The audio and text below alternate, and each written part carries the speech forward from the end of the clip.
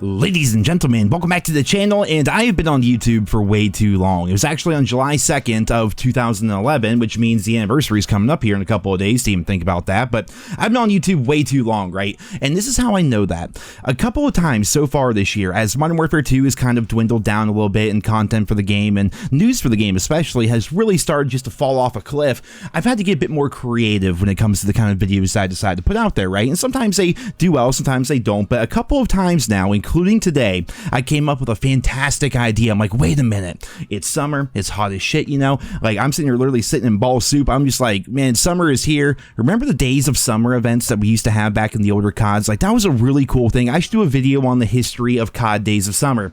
I then type in NerosCinema Days of Summer into YouTube, and I did this 2 years ago. I did a full history retrospective, breaking down, covering every aspect of it. And I'm like, what the shit? I don't even remember making this video. I mean, when you have 3,300 of them, it's bound to happen. So what we're going to do today is we're going to make the laziest video ever in the history of NerosCinema. We're going to react to myself because honestly, like, I'm interested in the history of COD Days of Summer. I remember a good bit of it, but I made a whole, like, basically mini documentary on it back in 2021. So why not just check that out and see if things have changed ever since then, and maybe give some more thoughts and feedback towards the entire history of Days of Summer, and as well why Activision ultimately killed it off. So without further ado, ladies and gentlemen, NerosCinema reacts to NerosCinema. I can't believe I'm making this video. First thing, I mean, hell of an intro right here. Actually heard this guy gets in trouble if he tries to switch his intro, or if he doesn't have an intro at all. People get very upset. Ladies and gentlemen, welcome back to the channel, and today is June 1st, which is what I personally consider to be the first day of the summer season. Technically, June 20th is the official start of summer, but summer... Nobody goes off of that. Nobody goes off of, like, the June solstice or whatever. No one ever. No. For a lot of us, is more of an idea, more of a mindset, rather than the silly old June solstice, right? So, yeah. With summer being here, I thought it would be fun to take a look at the evolution of summertime within the Call of Duty franchise. At one point, Call of Duty Days of Summer was legitimately an event to look forward to all year, but that's why I wanted to make the video initially, because I really did look forward. I mean, back then with, like, you know, Winter Siege, Days of Summer, Shamrock and all, like, these were events I looked forward to throughout the entire year as a COD fan, because it genuinely made the game better. And then they got rid of it after Black Ops 4 with that new era of COD with Modern Warfare 2019, which is another reason why, you know, I'm still so salty about that game, because it killed off so many things that made COD great as they took COD in a whole new direction. slowly it evolved into basically nothingness. I want to discuss why I think this happened, as well as take a candid look at the history of Call of Duty Days of Summer. So sit back, relax, and let's kick things off here with the original Call of Duty Days of Summer, the Modern Warfare Remastered and Infinite Warfare event. This was the start. So the original Call of like 2016, by the way. Well, technically 2017 they did this. And as you guys can see here, 6 years ago, we received free summer-themed multiplayer maps, new game modes, new summer-themed content that could only be earned by completing certain challenges on the summer-themed maps that we got during the event. Wait. We got content for doing challenges? Oh, I don't know. I think this guy's full of shit and doesn't know what he's talking about. We got content for doing challenges on event-based maps that were tied to the event. That doesn't make any sense. All I know are store bundles now. Content that could only be earned by completing certain challenges on the summer-themed maps that we got during the event, as well as we received a metric ton of cosmetics on top of everything else for both Modern Warfare Remastered as well as Infinite Warfare. I didn't play any Infinite Warfare, keep in mind, this was back during the era of supply drops, so yes, a lot of the items were put away within supply drops, but both Modern Warfare Remastered and Infinite Warfare had much more fair reward structures compared to their predecessors. And speaking of predecessors, Black Ops 3 was randomly thrown into this event as well. Now, I remember that. It was so weird because the Black Ops 3 event was only for like maybe 1 week, maybe 2 weeks, and I don't even think they added anything. They may have added actually a map. They may have added like one map, but it was mostly supply drop content.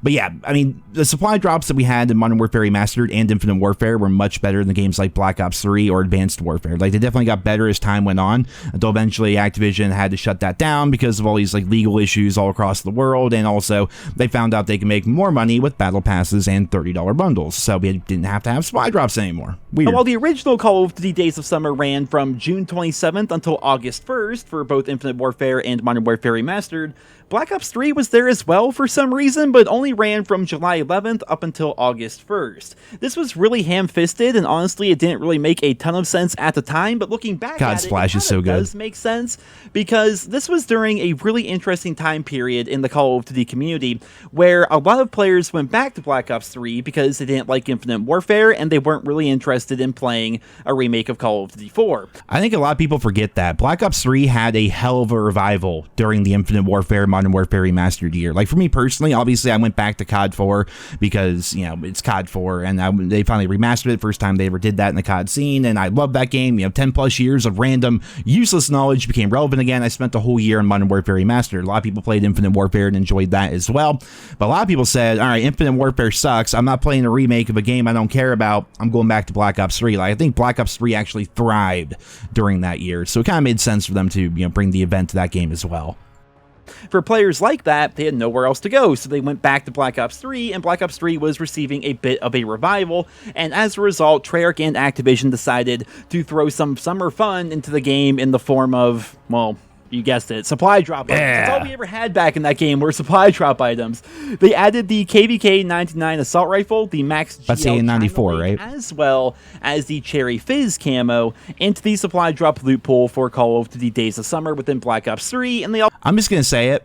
I don't care that it's a pink, purple camo, whatever. Cherry Fizz is one of the best looking camos in COD history. Like, it's honestly right up there with, like, Black Ops, you know, Dark Matter. You know what I mean? Like, it's that good. I think it's that cool of a camo. But I think also the exclusivity of it is also something that definitely made it a bit more sought after. But I mean, dude, you ever have like cherry pop, cherry soda, whatever you want to call it? It's fantastic. It's like top tier if you're talking soft drinks. Then they made a cool looking camo with a name referencing that, and it kind of really looked cool. It looked more like a zombies camo than anything. Like, it was freaking also cool. Made the Awakening DLC maps free to play throughout the duration of the event. Keep in mind, this was back in the day, back when we had supply drops, back when we had Sony exclusivity, and also yeah, we still do. When map packs were $15 a pop, right? So it's a bit different than how things are today. But honestly, this wasn't really like, oh, I gotta go back like just a second there.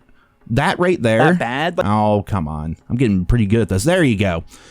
Animated, bright, colorful. You got your pinks, your purples, your blues. Like, it looked good on every single gun. Like, I don't think there's anyone out there that's gonna like argue that Cherry Fizz was not freaking awesome. this wasn't really all that bad. Like, I joke about supply drops, but I had to get then, footage off if of you're other one of guys the on few YouTube because people I didn't have the that really camo. enjoyed playing Black Ops 3 instead of games like Infinite Warfare or Modern Warfare Remastered or anything else, if you were part of that revival of Black Ops 3, then it was fun to have the AN-94 return, as well as basically a free map pack, and also For a week. subjectively, I think that Cherry Fizz is one of the best looking camos ever created, and I think part of the reason why that is because of how exclusive it is. This was a camo that you could only get from rare supply drops in Black Ops 3 for a week. Wait, was that true? That's right. This camo was only available in rare supply drops during the Days of Summer event for a total of 7 days back in 2017, which makes it one of the rarest camos, or if not the rarest camo in Call of Duty history. Hold on. So I remember something about that, but I don't remember that being like an actual objective fact. Was that camo was only technically available for 1 week back in 2017, and that's it? There's no way. I'm actually going to Google this real quick. So I'm only finding a couple of things even regarding this. There's a bunch of videos as to how to like glitch it essentially and whatnot, but here's a subreddit post in Black Ops 3 saying they're probably never going to have it come back. Here's something I found from Charlie Intel just randomly just by Googling. Cherry Fizz camo is now back in Black Ops 3. You can get it in rare supply drops now for the next 7 days only. That was in July of 2018, whereas initially it was in July of 2017. So do they bring it back once a year? Like, is it possible to get that camo in Black Ops 3 like this coming month maybe? Is that a thing that they do? Either way, I had no idea that camo was actually that rare. And honestly, I'm not opposed to the idea of them having rare camos in COD games, but the problem lies with the fact that it was a supply drop only camo. You could not earn it. There was no skill involved. You just had to either buy supply drops or save up supply drops from playing, and then you got one of the rarest camos and one of the coolest looking camos subjectively in COD history. That is why I talk about exclusivity in video games. I am cool with it. Like, I'm not cool with, like, you know, PlayStation exclusivity. I'm talking about the exclusivity of items in the game. Like, if you were around in Black Ops 3 during the Days of Summer event and you did some crazy ass challenge to unlock it, That's cool. If you only could get this camo by playing the game within, hypothetically, like within a 2-week span, you had to do these crazy challenges within that 2-week span, and if you weren't able to do it, then you don't get it. Like, I'm perfectly cool with that, just as long as it's actually tied to, actual challenges as compared to supply drops and just being another form of monetization, essentially. But yeah, that actually blows my mind. I had no idea the camo is actually that rare. Rarest camo in Call of Duty history. Now, going back to Modern Warfare Remastered and Infinite Warfare for a second, the event itself was insane. It lasted for just over a month. It brought super memorable game modes into the fold, like Beachcomb Prop Hunt, as well as Beach Bog, which was interesting because they took Bog, which is historically a very unbalanced map. Like, it's a fun map, but it's not very well balanced, and they kind of balanced it by making some layout changes in an organic way that would not piss off the Call of Duty 4 purists. That was very smart of them. They did not change up anything besides when they start adding in weapons for monetization, but they didn't change up anything about the original COD 4. The same feel, had the same map, same issues, same spawn traps and things like that. And having a cool event like this was actually a way for them to test out the waters as to how they would change up Bog and see how the community would react to it in an organic way that, like I said, this Nero guy smart as shit, but it didn't piss off the COD 4 purists because it was an extra map added into the game that was optional for you to play. You did not have to do it. So, yeah, that was a really cool idea, I thought. Organic way that would not piss off the Call of Duty 4 purists, so that was really interesting. And then, of course, we had a bunch of other things, including time-sensitive rewards to work towards, and every single week brought something fun, and it brought something new to the table. In my heart of hearts, I hoped that Call of Duty Days of Summer would become an annual staple for the Call of Duty franchise, because the original event was so much fun. Between Infinite Warfare, Modern Warfare Remastered, and Black Ops 3, there was so much happening in the Call of Duty scene during summer of 2017, and we had hoped that in summer of 2018 it would be about the same. But it really wasn't. So the next year we had Call of Duty World War II, right? And that game was very hit or miss for a lot of people. And for those of us who did still play the game, we were anxiously anticipating another Days of Summer event that would hopefully build... This Nero guy keeps stifling me. I never had a chance to chime in. The Headquarters remake was so good. All the Headquarters remakes they did for all the events were so freaking good. That's one of the reasons why World War II felt so alive to me, was every season, every big update, the Headquarters is completely changed. Like, the UI gets changed around. There were event camos and event weapon variants to go for. The game was freaking cool, man. Upon the original event and make it even crazier, though sadly that wasn't really the case. The strangest part was we had to wait until July 31st of 2018 to even start the event, more than a month later than the original event started. So there was no real marketing from Activision or Sledgehammer Games. The first 2/3 of summer 2018 were basically over. We spent all that time believing that Days of Summer... Yeah, starting the event at the end of July was dumb, because like it's like, I don't know, starting a winter event 2 days before Christmas, or starting a Halloween event on October 29th. Like, who cares at that point? Like, all the hype, like, you're supposed to capitalize on the entire month leading up to the event or leading up until the holiday. You don't wait for the holiday to be there or be over to actually start the event because the hype is therefore gone. If you're going to getting like some Winter Siege stuff and you want to go do like the Christmas Crash stuff back in Modern Warfare Remastered, you probably weren't caring too much about playing Christmas Crash or using your gift wrap camos in January or February. It's a lot more interesting during the month and of the actual event and of the actual holiday. So I think waiting until the end of July to start the event was pretty dumb. They should have did it like towards the beginning of June, when it's like, oh shit, it's summer, it's getting hot out, people are getting out of school, people are going on vacation, things like that. Like, that's when they should have done it for sure. Was simply not going to be a thing, and then out of nowhere, it was a thing. We got this trailer right here, and to be fair, the trailer is good, but a lot of the hype was dead, as summer itself was basically over by the time that the event started. This Nero guy's smart. The update was awesome, as always. Every time they revamped the Headquarters, it was always incredible. The sandbox multiplayer map was honestly really unique and really fun. Dogfight was actually insane. If you sit back for a moment and just think that we're playing a Call of Duty multiplayer game, and here we are fighting in I forgot about Dogfight. Multiplayer mode. That really was kind of strange. And this was also the update that they finally added in Master Prestige rewards as a result of community feedback. Yeah, it took them long enough. I think people forget this, but Sledgehammer Games really did do a great job of listening to the community all throughout Call of Duty World War II, and this event was no exception. But the fact that they decided to bring back Leprechaun Mosh Pit as a game mode for Days of Summer, even though it was clearly a Shamrock and Awe game mode, kind of led me to believe that they were scrambling to fill out the event because it wasn't nearly as planned as the original one was back in 2017. The Days of Summer collections were also pretty incredible, though it did suck that we really didn't have any indication that this event would be coming. It really caught a lot of players off guard, and as a result, most players didn't have a ton of armory credits saved up prior to the release of Call of Duty Days of Summer. I did my best back during World War II to kind of keep like my finger on the pulse of like the leaking community. That sounds terrible. The leaking community, like modders, leakers, people that can data mine Reddit and stuff like that. In fact, one of my Tales and Earthbound, two of my good friends from Australia, they were helping me out with that kind of stuff, because anytime they heard something, because they're like much more involved with those communities than I am, I would relay that information into videos like, hey, look, we knew about like Operation Winter Siege, for example, before it was even coming out. We knew the DLC weapons that were coming out, and so I'm like making these videos trying to warn people like, hey, save up your armory credits, man. Like, you need to save them up. You look right here, I'm sitting here with 143,000 of them.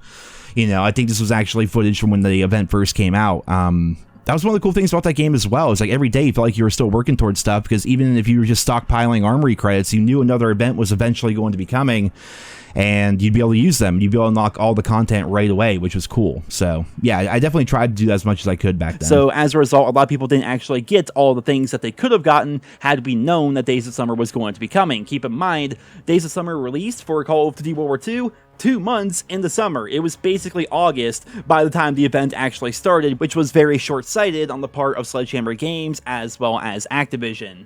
One more positive aspect of the event, I will say, however, was the community challenge that we had. We had a new challenge every single week to get kills as a certain division, and for completing the event as a community, we got a weapon camo, a calling card, a weapon charm, a special helmet, as well as a heroic variant of the sawed-off shotgun. The camo was Overall, cool. The event occasionally was the camo would glitch out. God, this Nero guy never stops talking.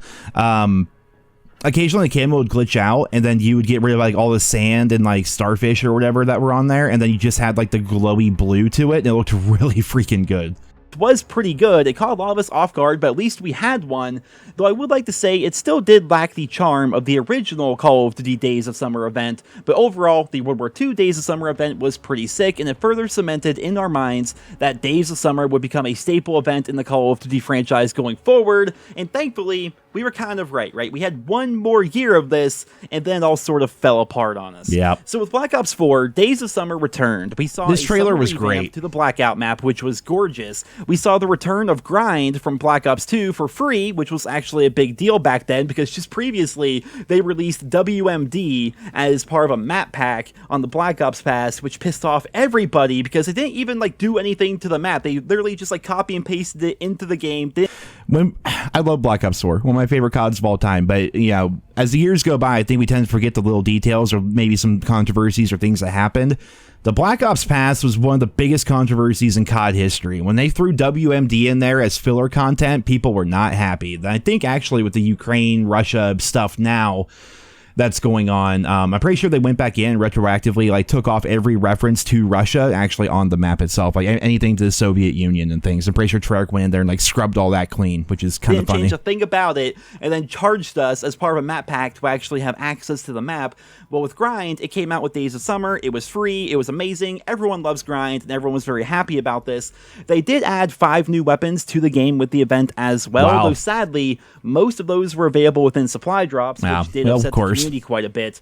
We did have a new summer-themed battle pass, lots of summer-themed cosmetics, and a bunch of other stuff to go for, which was honestly pretty enjoyable. And of course, Grind was there as well, because people love Grind, and Blackout was there with a new game mode as well as a new theme. So overall, it was a pretty fun event, but it was really devoid of content compared to the other Days of Summer events. It had a lot of stuff there. I mean, 5 weapons is pretty big, and bringing back Grind for free is also pretty big. But yeah, like I said, most of it was stuck behind supply drops, and therefore people didn't care as much. The Blackout update was fantastic, though, and by that point in the game's life cycle, all I was playing was Blackout. Every night, me and my friends, we were streaming Blackout. So much fun. So many great memories. But at least we had it. And the Clio. Right, because the following year, Infinity Ward would end up releasing Modern Warfare, and during that game's life cycle, there was no Days of Summer event at all. At the very end of summer, with literally like 3 days left until September, they released the games. Oh yeah, of summer, course, everything has to be Warzone literally now. just them turning Stadium from Warzone into a gunfight map, and then they added some time trial stuff to unlock variants and calling cards. Like, that was pretty much it. Like, Black Ops 4 was okay. Like, we had a battle pass, right? We had the Blackout. The battle pass was free in Black Ops 4, mind you. For free. It wasn't amazing, but at least we had something with Black Ops 4. With Modern Warfare, they decided to do absolutely nothing for Days of Summer. They even call it Days of Summer. They called it Games of Summer, which was an absolute fall from grace compared to the previous events. And I think depending on who you talk to, I think it can be argued that every year, Days of Summer can be argued that I think depending on grace compared to the previous events. And I think God, old me was funny. Depending on who you talk to, I think it can be argued that every year, Days of Summer got worse. That's not to say that the World War II event was bad, I just personally don't think it was as good as the original, and the same is true of Black Ops 4. The Black Ops 4 event wasn't bad, it wasn't good, but it wasn't bad, right? It definitely wasn't as good as World War II's event, and World War II's event definitely... By today's standards, the Black Ops 4 Days of Summer event is the greatest event in history, because we don't get events anymore. It wasn't as good as the original Modern Warfare Remastered, Infinite Warfare, and Black Ops 3 event. I do truly hope that this year is going to be the year for Call of... Well, it looks like this is pretty much the end of the video here. We talk about the future and stuff like that. Yeah, I'm going to break it to, me from 2 years ago. Black Ops Cold War did not have a summer event. Days of Summer did not return for that game. It did not come back for Call of Duty Vanguard, and it's also likely not coming back for Modern Warfare 2 here. And the reason why is once they hit that new era of COD, right? They decided to go from like the old school classic CODs, and they got rid of these supply drops, which, I mean, for a lot of people, that was good. But when they went to Modern Warfare 2019, that was like the next generation, the new era of COD, essentially. And when they decided to do that, they did away with events. That was one of the things that they just put on the chopping block, because they decided that now that they have these, free map packs, quote unquote, I mean, they're basically just a map every a couple of months or something like that with seasons. And then they go for the paid battle pass on top of that. When they went to that whole new monetization model where they're really focusing on battle passes and bundles, free events are just gone now, man. Free events where you can just earn stuff by playing the game, that's not going to make us any money. It's going to make our fans happy, but fuck them, who cares? You know, that's exactly what they thought. That's exactly what they did. And as a result, over the course since like Modern Warfare 2019, essentially, we have not had an event of any kind, and that's really disheartening. I mean, every now and then there'll be like some small mini event, but mostly it's just going to be like a shop bundle. I think Black Ops 4, I'm surprised Black Ops 4 actually even had Days of Summer, because I think it was Black Ops 4 anyway. Maybe it was Cold War, where all we got for Shamrock and Awe was literally just like a leprechaun dude, like a bundle in the shop, essentially. That happened in Vanguard last year, I think, as well, too. Like, everything, like, the events are gone. They're dead. They were such an integral part of what made that era of COD really fun, as we were exiting the idea of advanced movement and then going back to classic boots on the ground. Like, that obviously was a big, like, selling point of that era, going back to boots on the ground, going back to more, like, classic COD vibes. But at the same time, the events that we had every single year, we had an event in the winter, event in spring, and an event in the summertime. And then typically, unfortunately, we never really got to have proper Halloween events outside of Call of Duty World War II, because typically the next COD was coming out, and they didn't want to put time and resources into the current game when the next game's going to be coming out in just over a month or so. So, you know, events just went by the wayside. They died, but that's a real shame, because they were such a fun aspect of COD. It had me genuinely excited to sign in and play with my friends, and I think a lot of people enjoyed them. But they were removed, like so many other things, in effort to further monetize the game and further please their shareholders, because they don't make money off of fans being happy that they can play the game and earn content. I mean, it does look good for their player retention numbers, I suppose, but apparently they have enough of that already, so they don't care about just making fun things for fans to do in the game anymore. They want to make fun things to sell to fans in the games. But ladies and gentlemen, there you have it. That is going to be Nero Reacts to Nero. I just can't believe I actually made this video, because the more I watched it, like, it's like if you watch a TV show and you're like, have I seen this episode? You're like, oh yeah, I saw this episode. I remember that. I kind of had that same feeling. I'm like, when I was like just searching through YouTube today, I'm like, wait a minute, I did make that video. And I'm like, oh shit. Well, I guess I can't do another video on the exact same topic unless I go with the meta of 2023 and just start reacting to my own content. Yeah, that could work, right? I promise I'll not make a habit of this. I promise I'll likely never do something like this again. I just thought it was kind of funny, and I really, really wanted to see and hear about the history of Days of Summer. And I'm like, you know what? I think this Nero guy might know what he's talking about. Let's take a listen. And there you guys have it. So weird video. I know. I promise won't happen again. Hope you guys all enjoyed. Leave your thoughts and feedback down there in the comments, and I hope you guys all have a wonderful day.